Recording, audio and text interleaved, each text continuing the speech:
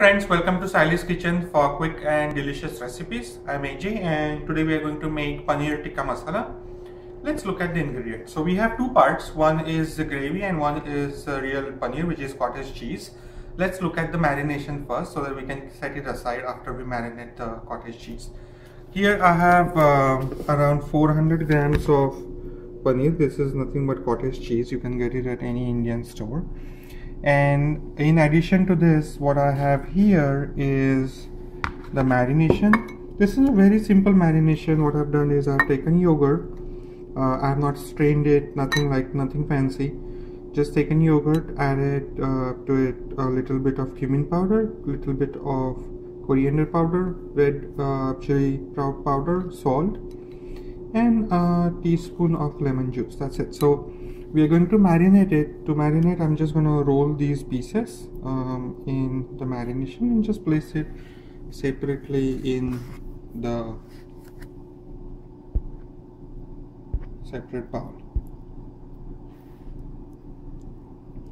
Alright, so while I do this, let me go ahead and do all of this, and then we'll look at the gravy. So the cottage cheese has been marinated. We are going to set it aside for another 20 minutes, so that give me 20, 25, 30 minutes, it's okay. But at least 20 minutes so that the cottage cheese absorbs the flavors that we are marinating it in. Now for the gravy, we are going to have, essentially we are going to use tomatoes. So this is around 3 tomatoes. I have chopped them into such kind of pieces. The reason being that we are going to add them to the gravy, so we really do not need fine chops on the tomatoes.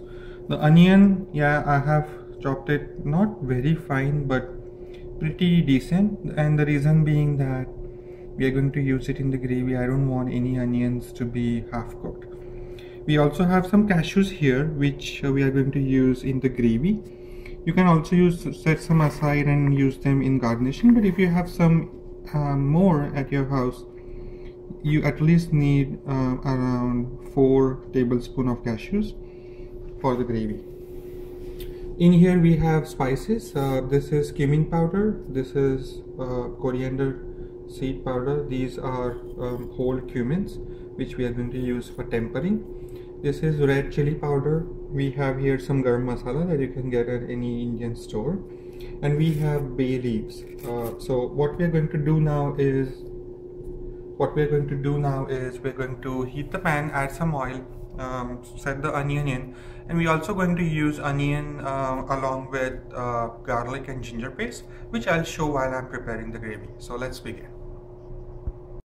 So the pan is set on medium heat, and I'm going to add clarified butter this time. I did say oil, but you can use clarified butter if you want some richness to your gravy. If not, you can also use oil. You can also use butter. Add a little bit of oil and then add normal butter so that the butter does not burn. And you can very well prepare your gravy in whichever ingredient you have. Ghee, which is clarified butter. You can also use normal butter or oil. Once the ghee or clarified butter is hot, we are going to add ginger garlic paste and then throw in some onions. Our clarified butter is hot. We are going to add garlic paste.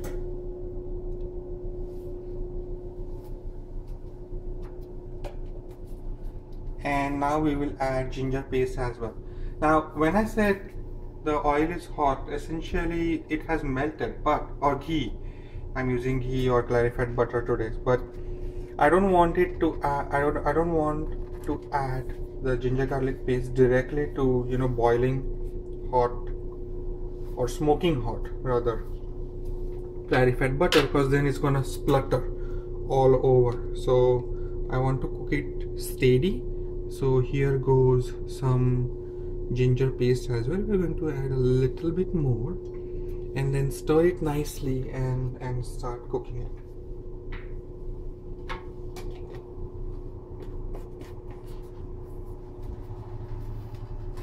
let me give this a stir.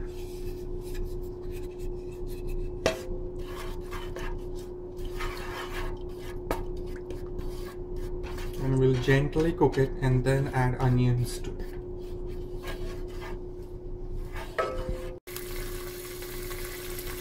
Nice, the ginger garlic paste has separated nicely in the butter and it's giving out such a nice aroma. And the reason that I'm cooking this first is because if you add it directly with onions, there is a possibility that it might not get completely cooked. And then you'll always have that aftertaste of either ginger or garlic to your gravy. So we are going to cook it nicely and keep on stirring so that it doesn't splutter. Of course you don't want burnt skin, so due to spluttering, so keep on stirring, and once it's a little bit brownish, it changed a little bit of its color, we are going to add onions. Nice, so it has nicely cooked. And now it's time to add our onions. So let me grab some onions.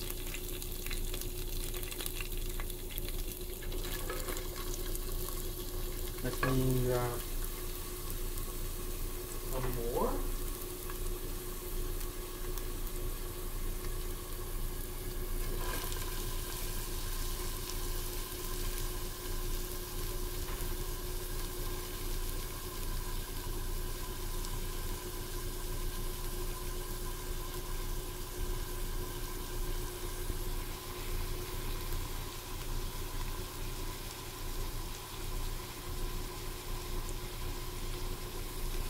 Alright, all the onions are in.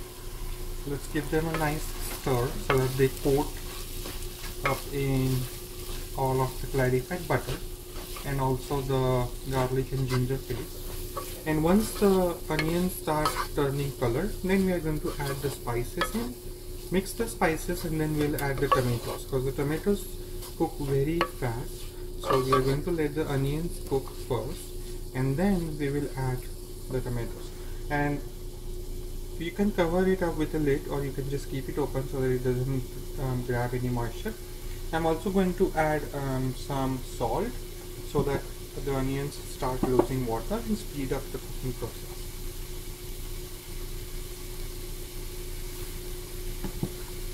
So let me add some salt,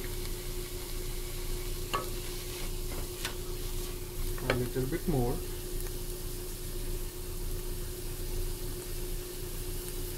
And remember that you don't need to keep your pan on high heat because you don't want to burn the onions. I'm going to turn down the flame a bit, keep it just between medium and high, and let it cook nicely for another 5 to 6 minutes. Okay, the onion has started to turn its color. It's slightly brownish. And now it's the right time to add our spices. Let's go ahead and add the spices in. We're going to add our bay leaf. We will add whole cumin. We will add the cumin powder.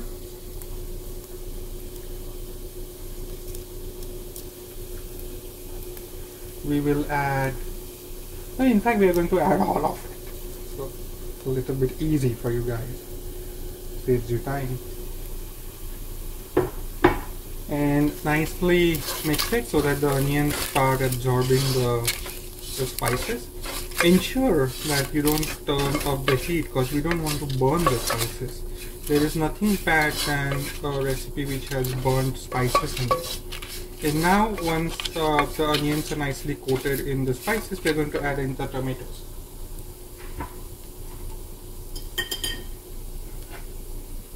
Let's go ahead and add in the tomatoes.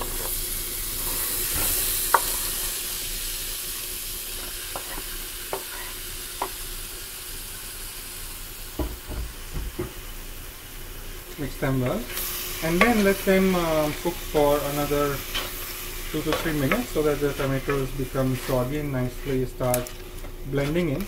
And then we are going to add this to a mixing bowl and mix it into, or rather grind it into a smooth paste. Okay, so the tomatoes have mixed well in the spices. You will see that the tomatoes have almost cooked. As I said, they're very easy to cook. So now what we're going to do is add all of this to a mixie bowl and then grind it into a fine paste. But we'll also need to add a little bit of water. I would say half a cup of water, so that we'll have a nice puree. So we made the puree of the onions and tomatoes, and in the same pan, because we had some spices already, we are going to add a little bit of clarified butter. You can also add normal butter, and in this we are going to add our marinated pieces of cottage cheese, which is paneer. Now once the butter heats up, we will add paneer to it. So the oil is hot, butter is hot, and to this we are going to add our marinated pieces of paneer. Let's add them.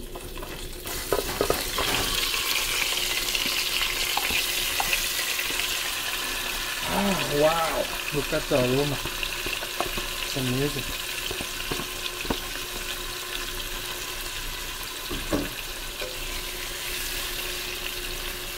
Okay, now the key piece to do is not to stir it very often. We are just going to leave them there and let them cook so that the marinade does not fall off. Let them cook for another 3 to 4 minutes. Wow, as you can see, our paneer or cottage cheese has been nicely, fried, shallow fried, roasted. Let's add the puree to this mixture.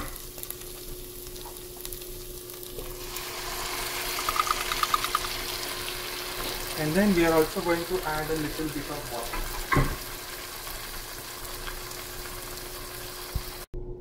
So I have added a little bit of water and I'm going to mix it and cover it up with a lid, and I'm going to let it cook for another 7 to 8 minutes, and our amazing recipe of Paneer Tikka Masala is ready. So let me cover it up with a lid and we'll let it cook for another 5 to 8 minutes. Look at it, wow! Our Paneer Tikka Masala is ready.